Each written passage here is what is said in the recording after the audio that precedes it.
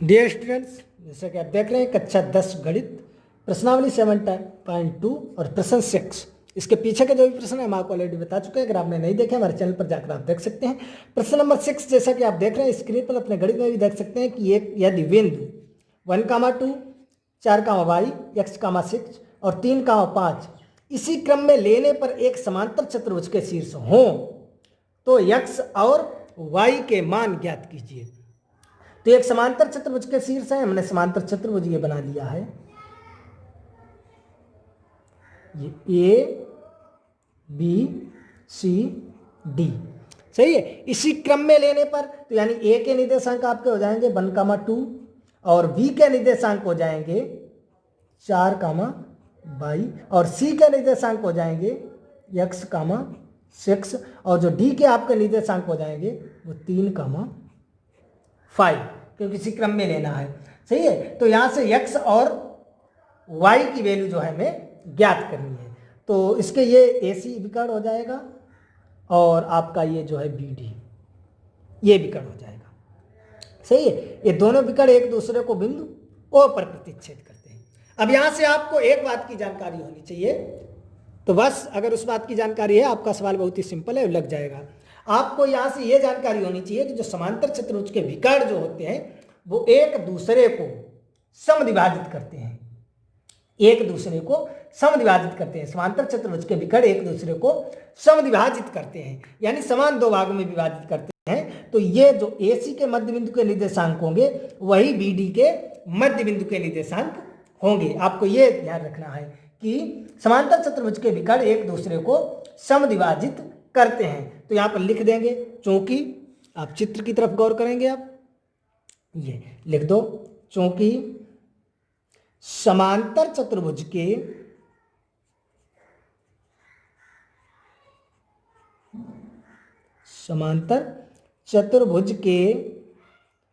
विकर्ण एक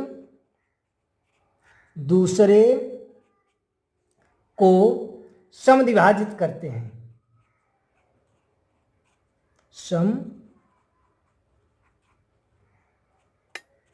समद्विभाजित करते हैं। क्योंकि जो AC का मध्य बिंदु होगा वो भी O होगा और जो BD का मध्य बिंदु होगा वो भी O होगा। अगर AC के मध्य बिंदु O के निर्देशांक निकालें जो निकलेंगे वही BD के मध्य बिंदु O के निर्देशांक निकलेंगे, क्योंकि इसका जो मध्य बिंदु है, जो AC का मध्य बिंदु है या AC जहां पर BD एक ही बिंदु पर प्रतिच्छेद करते हैं, अगर हम बिंदु O के निर्देशांक निकालें तो अलग अलग तो निकलेंगे नहीं, क्योंकि अलग अलग तो एक ही बिंदु पर प्रतिच्छेद करते हैं। तो यहां से हम लिख सकते हैं, इसलिए AC के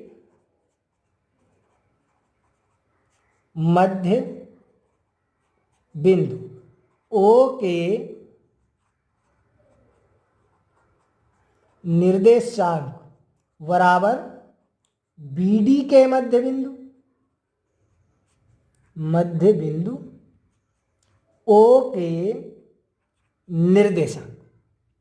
आप समझ गए हैं, क्योंकि यहां से जो है समांतर चतुर्भुज के विकर्ण एक दूसरे को समद्विभाजित करते हैं। या चित्र में आप देख सकते हैं AC और BD जो विकर्ण हैं वो यहां पर एक दूसरे को प्रतिच्छेद करते हैं बिंदु O पर। तो अगर हम AC का मध्य बिंदु O है इसके निर्देशांक निकालें और BD का मध्य बिंदु O है इसके निर्देशांक निकालें तो एक ही निकलेंगे, अलग अलग तो निकलेंगे नहीं, क्योंकि जो O है, अब ये तो है नहीं कि AC का मध्य बिंदु O है BD का मध्य बिंदु P है, क्योंकि एक दूसरे को बिंदु O ही पर प्रतिच्छेद करते हैं। जो AC के मध्य बिंदु का निर्देशांक निकलेंगे वही BD के मध्य बिंदु के निर्देशांक निकलेंगे, बराबर होंगे। तो यहां से आप देख लो, सूत्र लगा दो, मध्य बिंदु के निर्देशांक का सूत्र क्या होता है। तो यहां से लगाओ AC के मध्य बिंदु का निर्देशांक, यानी मध्य बिंदु के निर्देशांक का हमने सूत्र बताया था x1 + x2/2 और y1 + y2/2। तो यहां से देखो AC में आपका हो जाएगा x1 तो आपका हो जाएगा 1 + x/2, y1 2 + 6/2 बराबर, अगर BD के मध्य बिंदु का निर्देशांक निकालें तो ये हो जाएंगे x1 4 + 3/2, y + 5/2 ये हो जाएंगे। यहां से आप देख सकते हैं AC के मध्य बिंदु निकालें, यानी x1 + x2/2 कामा y1 प्लस y2 अपान 2। इसी प्रकार BD के मध्य बिंदु में वही सूत्र लगाएंगे x1 प्लस x2 अपान 2 कामा y1 प्लस y2 अपान 2। तो यहाँ से तो ये आपका हो जाएगा 1 प्लस x अपान 2 और कामा 6 2 8 अपान 2। तो ये हो जाएगा 4 3 7/2 कामा y प्लस 5 अपान 2। या ऐसे और सॉल्व करो तो ये तो 1 प्लस x अपान 2 कामा ये 4 हो जाएगा बराबर ये तो रहेंगे 7 अपान 2 कामा y प्लस 5 अपान 2। सही है। अब बराबर है तो बराबर करने पर आप देख सकते हैं क्योंकि सेम होंगे तो यहां से इनकी कर देते हैं तुलना करने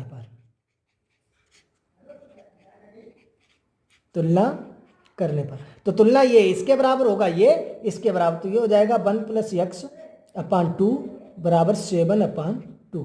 इसका गुणा करेंगे तो ये हो जाएगा 2 प्लस 2x बराबर 14 या 2x बराबर 14 माइनस 2 तो 2x बराबर आपका आ जाएगा 12 2 संग 12 यानी x बराबर आपका आ जाएगा 6। इसी प्रकार अगर इसकी तुलना करें तो ये हो जाएगा 4 बराबर y प्लस 5 अपान 2।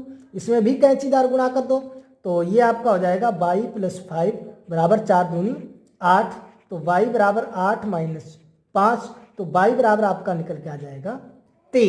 तो यहाँ से लिख सकते हैं अतः x बराबर 6 तथा y बराबर 3। आई होप आपको अच्छी तरह से समझ में आ गया होगा। कहीं पर कोई डाउट है समस्या कमेंट बॉक्स में बता सकते हैं। चलिए इसी क्वेश्चन को पुनः एक बार फिर समझ लेते हैं। तो देख सकते हैं क्वेश्चन की तरफ ये समांतर चतुर्भुज के शीर्ष है। इसी क्रम में ABCD हमने ले लिया है। अब आपको ये यहाँ से याद रहना है समांतर चतुर्भुज के विकर्ण एक दूसरे को समद्विभाजित करते हैं। यहाँ से क्योंकि ये देख सकते हैं आप चित्र में इसलिए तो ये AC के मध्य बिंदु O के निर्देशांक बराबर BD के मध्य बिंदु O के निर्देशांक मध्य बिंदु का सूत्र लगाकर इन्हें जो है सोल्व कर लिया। सोल्व करने के बाद ये दोनों बराबर हैं आप देख सकते हैं ऊपर से बराबर है तो इनकी हमने तुलना कर दी। तुलना करने पर आप देख सकते हैं x और y की वैल्यू आसानी से निकल के आ गई। किस प्रकार से निकली आप देख सकते हैं। कोई कठिन क्वेश्चन नहीं बहुत ही सरल क्वेश्चन है। आई होप मैं तो यही आशा करता हूं कि आपको अच्छी तरह से समझ में भी आ गया होगा। कहीं पर कोई डाउट है समस्या तो कमेंट बॉक्स में बता सकते हैं। मिलेंगे अगले वीडियो में प्रश्न नंबर 7 के साथ।